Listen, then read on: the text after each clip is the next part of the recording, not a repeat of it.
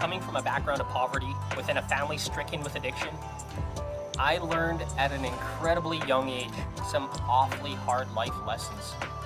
Most would say kids should never ever experience. Well, newsflash, life is harsh. And now as I look back at those life values I learned through those struggles, I would argue that it was those experiences as a young child that shaped my mind so that I can now look at the world without blinders on.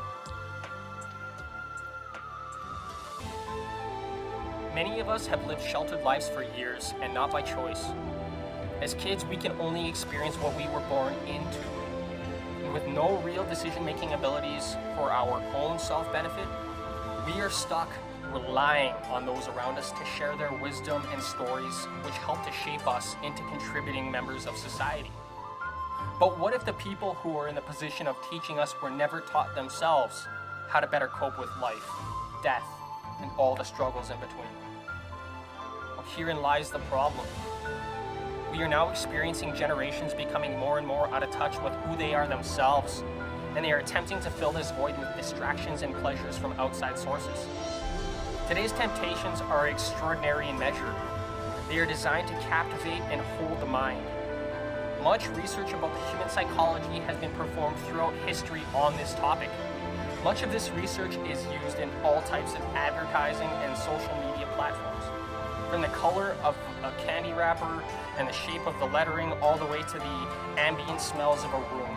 And they are all designed to affect your decision-making abilities, which they do. I liken it to researching an opponent's tactics and moves in order to manipulate and defeat them. And in this case, it is not a physical battle, but a battle of the mind. Now, let us say you have learned what your opponent's likes and dislikes are, what his or her values are in life, and what stimulates pleasure and or pain within them. You've just gained an immensely powerful position against them.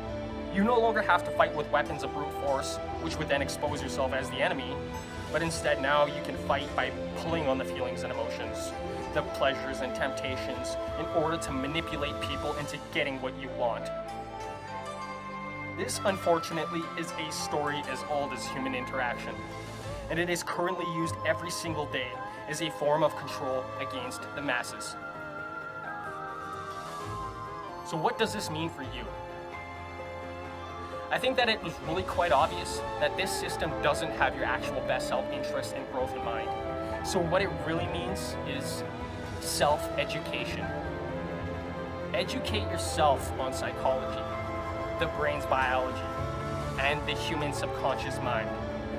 Because video gaming, drugs, and alcohol, Facebook, Tinder, and Instagram are all perfectly designed pleasure givers.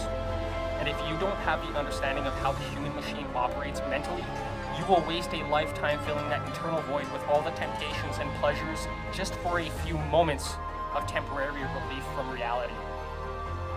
Self-education is the only way, as our schooling systems are letting generations down. We are not taught how to better cope with our thoughts and emotions, or how to control them through our years of schooling, which are our most developmental and influenced years. We are alternatively taught a ton of useless information that becomes redundant over the span of a lifetime.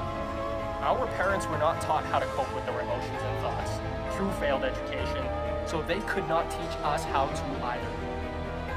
And now we are raising the next generation in the exact same manner, but with the added twist of gratuitous social media usage, accessible with the touch of a finger. Distractions are at an all-time high, and people feel more lost than ever before. When you have better equipped yourself with usable information through self-education, you can now execute on that information.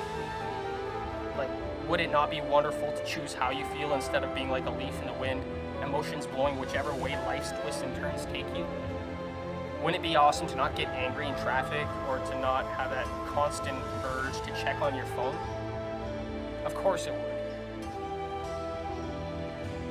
So this is where you pull out that search bar and dive in. We can either use technology to keep us down, or we could choose to use it responsibly, to elevate our lives. There is plenty of information out there for those who earnestly seek it. It all comes down to choice. You know a problem exists. What you choose to do about it next will always be up to you. You are a powerful human being with an extraordinary mind. All you'll have to do is unlock it and believe in yourself.